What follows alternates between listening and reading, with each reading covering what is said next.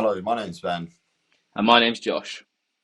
and welcome back to FPL Graduates. And welcome back to another video. We are officially at that halfway point during the season. Game week 19 is upon us. Very short turnaround and everything like that. Let's get into some of those transfer targets. A lot of managers are going to be making those transfers. So let's have a look and see who we'd say you should be bringing into your FPL teams. Okay, then, so getting kick-started, we're going to talk about a few defenders this week, quite a few actually. A lot of people were asking for defender replacements before last week's deadline, so we've got a few coming up here. Starting off with Vitaly Mykolenko. Obviously, Everton defensively, as we've mentioned previously on here and on Twitter, Instagram, etc., they're one of the best defences in the league at the moment for expected goals conceded and now clean sheets. We've seen it, keeping clean sheets against Arsenal, Chelsea, obviously only conceding one to Manchester City at the weekend or at Boxing Day. I don't even know what day it is anymore. It's Christmas time. But yeah, I think Mykolenko could offer some good value if you're looking for a cheap option down there at 4.3 million. He's picked up one attack and return so far this season, but that's not really why you'd be buying him. The clean sheet potential is why. 6 clean sheets so far this season for Everton and Mykolenko. The fixtures coming up, as you can see, they're all white, which is quite rare on FPL. But I think in those games, they're facing teams who are decent, don't get me wrong, but I think there is clean sheet potential in that game. And if you could, maybe play him for the home fixtures, I'd be tempted to play him if you were struggling in defence for some options. What's your thoughts on him, Ben? Obviously, it's more sort of price limited, this one, right? Yeah, it's a little bit price limited in why you'd go for him, but the returns have been really consistent with Everton at the moment, and you can't sort of sniff away from that because it is Everton. Sean Dyche has really got them well drilled at the moment, and with the fixtures coming up, they're not the worst, they're not the best, but we've seen them come through a much harder patch with a lot of clean sheets. So, in terms of attacking potential with any Everton defender, you're not really looking at those attacking returns, but clean sheets have been so few and far between, and because Everton have been getting some clean sheets on a quite a regular basis compared to some other teams, I genuinely think he's worth a consideration at 4.3 million, especially over those. If you're looking at a budget up to about 4.5, genuinely in consideration for being one of those best value options. Okay, so up next is an asset that is fairly more attacking. It's Anthony Robinson of Fulham. Of course, the 6 attacking returns so far this season. It's fairly dangerous so far this year. I mean, over the winter period, he's maybe been unlucky not to get some more returns and some more bonus points, but that's always going to be the case with FPL on changing bonus points and all that sort of thing. But every single other statistic points in a positive direction for him. The fixtures coming up for Fulham are fantastic as well. We're sort of right in the middle of their good period of fixtures for the season. Josh, you've got Robinson right, and one to consider for everyone, surely. Yeah, I think he's a good asset. At 4.9 million, though, I do think he's a little bit pricey now. If I was being honest, I'd probably drop it down to a 4.2 Anderson or Castagna. Anderson probably better long term for minutes, with Tete obviously probably going to come back straight into the team when he's back from injury. But overall, Robinson will give you some decent attacking threat. I must admit, he's probably overperforming slightly in that regard with those 6 returns so far this season. However, he does create opportunities, and expected assists is a lot different to expected goals. Like, they have to, basically put it on a plate for a player to put it away for it to be a really high number. So, yeah, I think the data there that he's showing is really good. The goal threat's obviously very low, but at the end of the day, Fulham defensively, I know they've only got 3 clean sheets there, but they are one of the best defences in the league, going into a fixture run that you would think would breed a lot more clean sheets. Okay, then, so going on to another sort of similar defender to Anthony Robinson is Daniel Munoz from Crystal Palace. He's a little bit cheaper at 4.7 million, and he's got Southampton at this week, which I think all FPL managers look at and think, I need to buy someone for that game. So far this season, not as great as Anthony Robinson in terms of attacking returns, only the 4 so far. He has picked up a couple of goals in that, though, which is obviously much better for FPL managers. Clean sheets wise, Palace have kept one more so far this season than Fulham.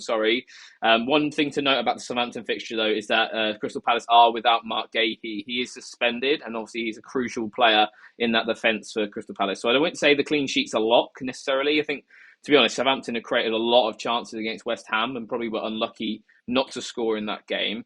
In terms of big chance involvement, 8 so far this season as well. So, there is consistency there with him getting forwards. The fixtures now for Palace are turning well. So if you can rotate him probably for that Chelsea game, I'd be more than happy to start him in the rest. What's your thoughts on him, Ben? Yeah, I mean, the masses got in Anthony Robinson because Munoz was suspended, but now I think he isn't suspended. He almost becomes the better option for me, especially at the price point that he's at, slightly cheaper with the fixtures, which are arguably slightly better for Crystal Palace as well.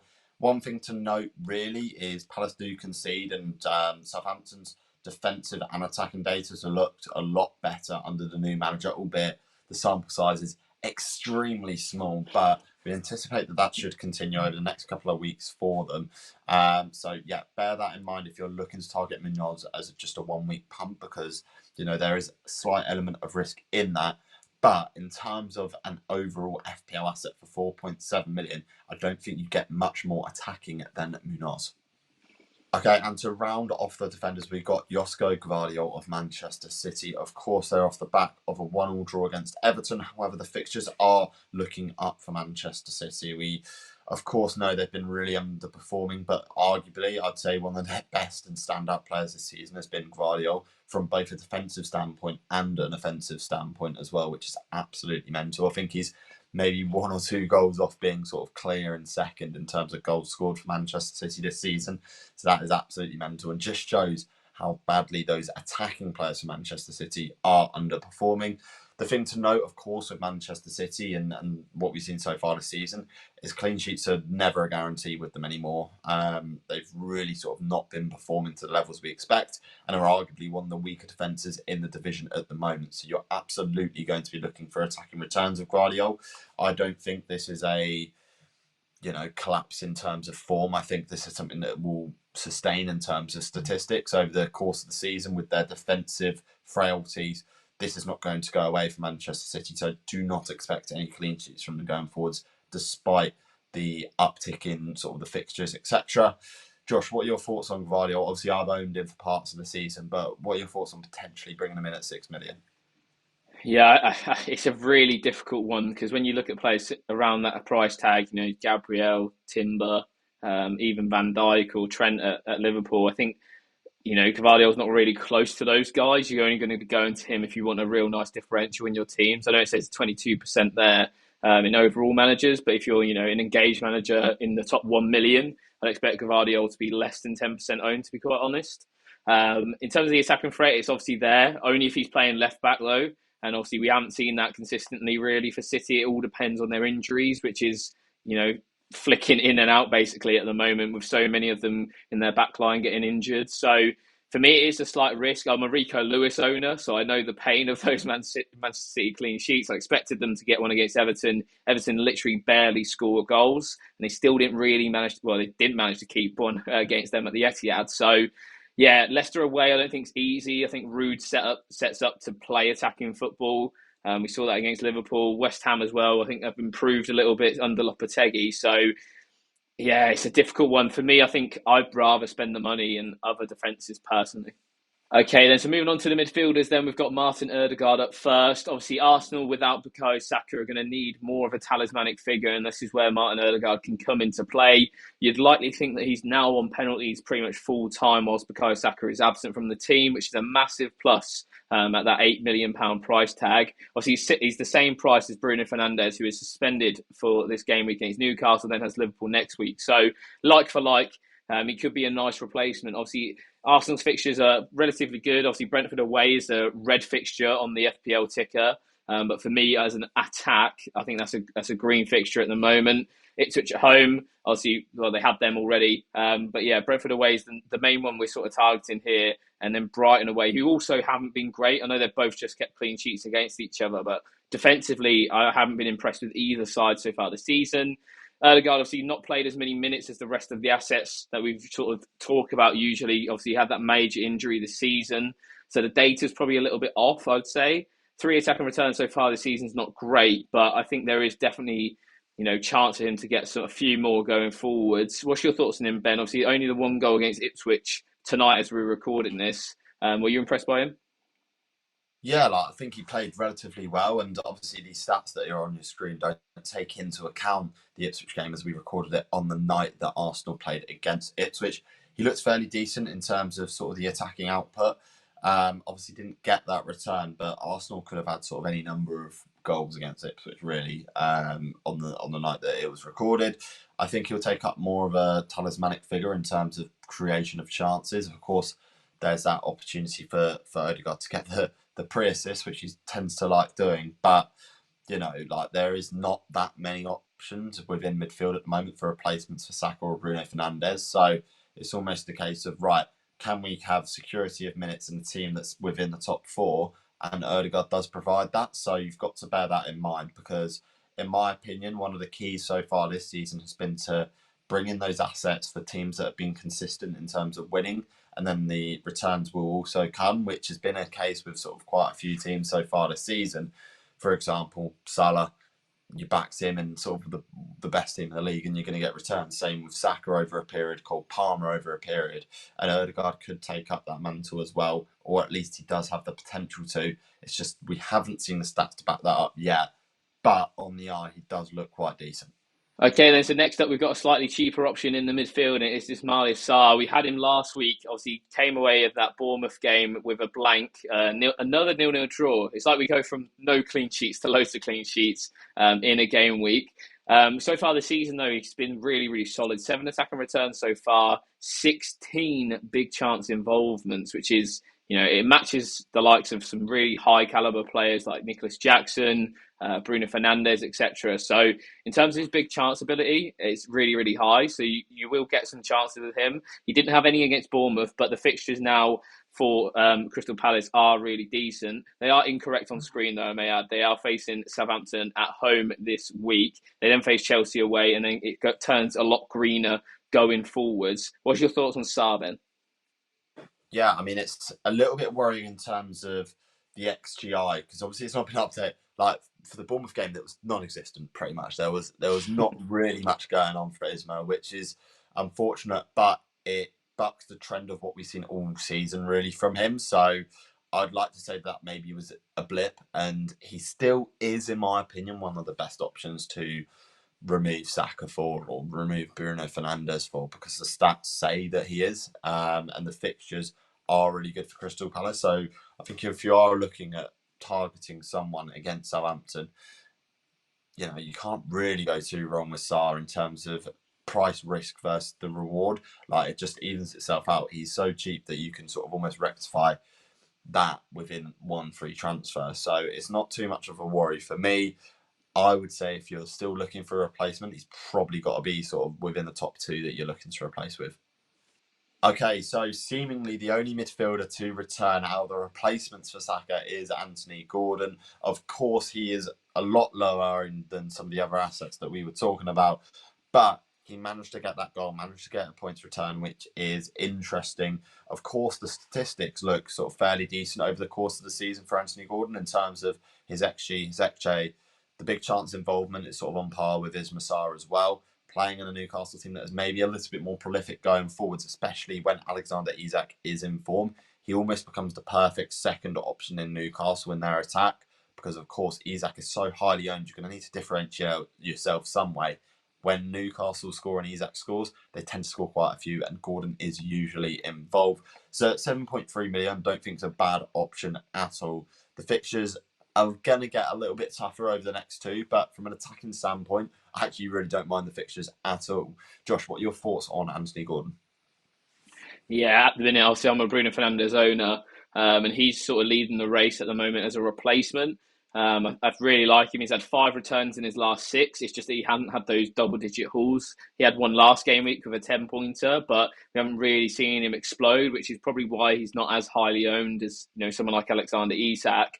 4 goals, 4 assists, I think is decent. You could actually argue he's probably underperforming his data at the moment, which is unlike him because last season we saw quite a big overperformance of his data, and that's why he was a must-own asset in our teams. United away and Tottenham away are 2 of the best offensive fixtures for me. United a little bit less because from open play, United don't concede too much XG.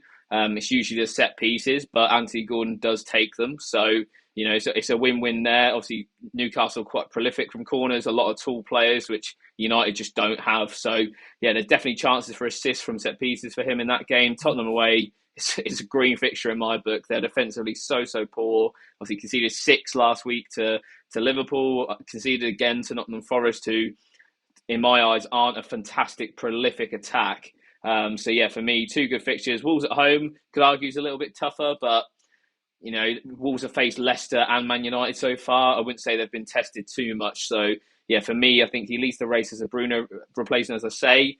It's just whether, you know, that price tag sort of lives up to the returns when other players start coming into form. Okay, then, so our only forward in this week's video is going to be Jean-Philippe Mateta. Obviously, when I think of him, I just think about like game week 30 to game week 38 last season, where he was an absolute bagsman, scoring goals left, right, and centre under Oliver Glasner. This season, not been quite as prolific, 4 goals and 1 assist, which, you know, he's okay. He's sort of playing to his data, I suppose. And Palace in general, not been the same attacking side that they were last year, probably down to Michael Olise's departure, to be honest. Such a key player for them that they lost in the summer. I think 17 big chance involvements, you know, huge numbers for him, considering he's only scored 4 goals so far this season. Some good fixtures coming up for Crystal Palace. Again, they are incorrect on screen. If you want to see the Crystal Palace fixtures, just check Daniel Munoz's graphic out because they are correct on his. 7.2 million.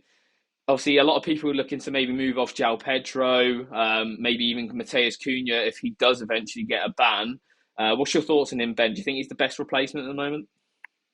As it stands, I think it's probably sort of a toss up between him and maybe a couple of other strikers. But again, with the attackers at the moment, there's not really many that are scoring a lot at the moment, which makes it a little bit difficult.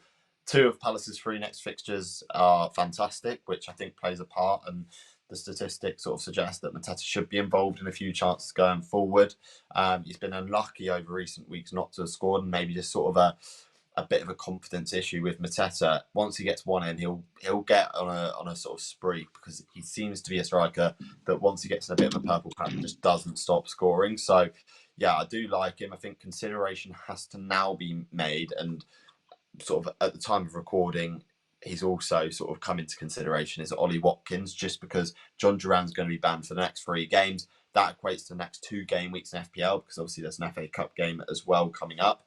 So I definitely think he's got to be of consideration too, because his minutes risk that was there previously is no longer there, at least for the next 2 game weeks. And if he does play well, he keeps his place. So I think probably a toss up between Mateta and Watkins in terms of who's sort of the better replacement for some of these strikers that aren't doing well. Of course, that's going to be really budget dependent as well. Okay, then, so that wraps up our Game Week 19 transfer targets. The turnarounds for these deadlines are absolutely crazy at the moment. So if you are enjoying the content and appreciate us posting the content so quickly, do drop a like on the video. The deadline is on Sunday, the 29th of December. It's at like 1 o'clock UK time, I do believe. It's a really random one. So just make sure you get your team locked in before it. Yeah, we know we are in peak FPL season, but we are all absolutely loving it. As Josh said, remember to like on the video. Please also do comment and subscribe to the FPL graduates. And as usual, I've been Ben. I've been Josh. And we'll see you guys next time. Have a good game week, everyone. So you may rise, but you'll